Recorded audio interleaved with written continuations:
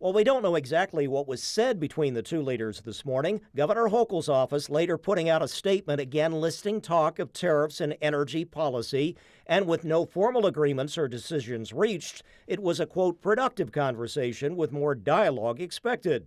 Today's Oval Office exchange followed the, quote, positive Thursday tariffs meeting with the Commerce Secretary and Canadian leaders, including Ontario Premier Doug Ford, with his now paused 25% surcharge on Canadian electricity flowing to New York and a threatened electricity cutoff to the U.S. for tariff retaliation. And on energy policy yesterday, President Trump bringing up a 124-mile natural gas pipeline running between northeastern Pennsylvania and then to a point near Albany for connections. The original project blocked in 2020 in a permitting dispute with the state of New York. New York's held it up for years, actually, for years. They wanted to do it for years and years, and it will reduce the most expensive energy almost in the world. Just a simple pipeline going through an area that wants it. An area that's not a rich area. It's actually a very poor area. Would create jobs and everything else. We cannot confirm the president's projected per-family energy cost savings of over $2,500 for homeowners in New York and New England as more natural gas would flow.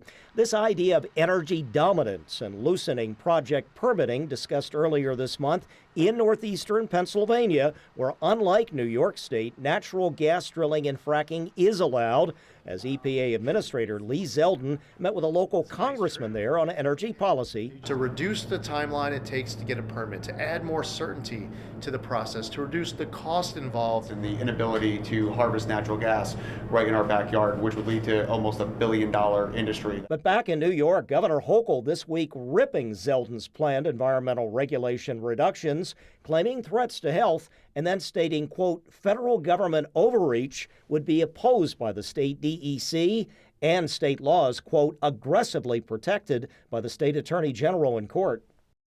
That was Administrator Lee Zeldin of the EPA and Pennsylvania Congressman Rob Bresnahan. Of course, more natural gas distribution conflicts with New York State's 2019 climate action law and goals to cut fossil fuels like natural gas with more electrification for heating and appliances. This could shape up to be perhaps a very heated debate and battle between federal and state energy policies.